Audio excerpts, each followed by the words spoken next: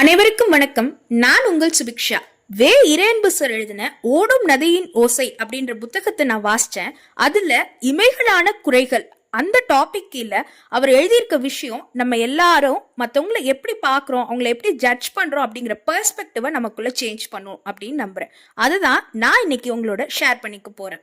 நம்ம எல்லாருக்கும் ஆங்கிலத்தில் ஒரு வார்த்தை கன்ஸ்ட்ரக்டிவ் கிரிட்டிசிசம் அப்படின்னு இருக்கிறது தெரிஞ்சிருக்கும். அப்படின்னா என்ன அப்படின்னா, ஒருத்தர் கிட்ட இருக்க நெகட்டிவை நம்ம சொல்றதுக்கு முன்னாடி அவங்க கிட்ட இருக்க பாசிட்டிவான சில விஷயங்களையும் நம்ம சொல்லி ரெண்டையும் ஈக்குவலா புரிய வச்சோம் அப்படின்னா அவங்க உடனே புரிஞ்சுக்குவாங்க.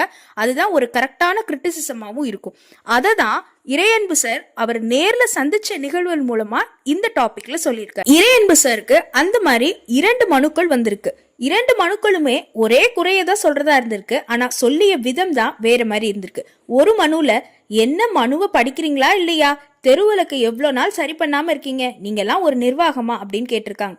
இன்னொரு மனுல நீங்க எல்லா இடத்துலயும் சரியா தெருவிளக்கு எரியுது, அதனால உங்க நிர்வாகம் சிறப்பா இருக்கு, ஆனா இந்த ஏரியா மட்டும் மறந்துட்டீங்க போலவே, இதை நீங்க கொஞ்சம் சரி பண்ணீங்கன்னா இன்னும் உங்க நிர்வாகம் பிரகாசமா இருக்கும், உங்களதுதான் சிறப்பான நிர்வாகம்னு எல்லாரும் உங்களை பாராட்டுவாங்கல்ல அப்படின்னு எழுதியிருக்காங்க. ரெண்டுமே ஒரே குறைதான் சொன்னுச்சு, ஆனா சொன்ன விதம் தான் வேற. இன்னொரு மனுவையும் இறையன்பு சார் நம்மளோட ஷேர் பண்ணியிருக்காங்க.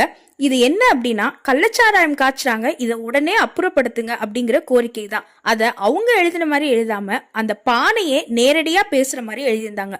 பானை சொல்லுதான், நான் என்ன செய்யும் போது அழகா ஒரு பொங்கல் வைக்க பயன்படுவேன், பால் காய்ச்சறதுக்கு பயன்படுவேன், அரிசி போட்டு வைக்க பயன்படுவேன், இப்படி எத்தனையோ நல்ல விஷயங்களுக்கு பயன்படுவேன் அப்படின்னு நினைச்சுல நான் என்னை செய்யும் போது பெருமிதப்பட்டுக்கிட்டேன்.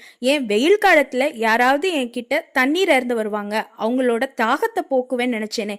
இப்படி தேவையில்லாத போதைப் பொருட்களும் கெட்டதும் எனக்குள்ள வச்சு செய்யறாங்களே, இது எனக்கு பிடிக்கவே இல்லை, இதை எப்படியாவது உடைச்சு எனக்கு வீர மரணம் கொடுத்துருங்க அப்படின்னு அந்த பானை கேட்கிற மாதிரி அவர் எழுதியிருந்தாரு. கடிதம் முடியும் போது இப்படிக்கு பானைன்னு எழுதியிருந்திருக்காங்க. இந்த மனு என்னை ரொம்பவே வியக்க வச்சுச்சு. ஒரு விஷயத்த நம்ம எப்படியெல்லாம் அணுகலாம், எப்படியெல்லாம் எழுதலாங்கிறத புரிஞ்சுக்கிட்டேன்.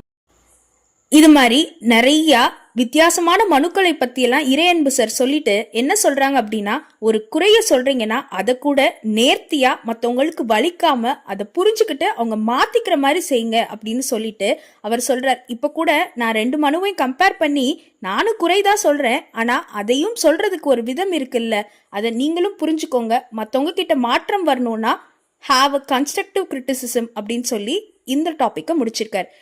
தேங்க்யூ, பாய். உங்களிடமிருந்து விடைபெறுவது புதுகை சுபிக்ஷா.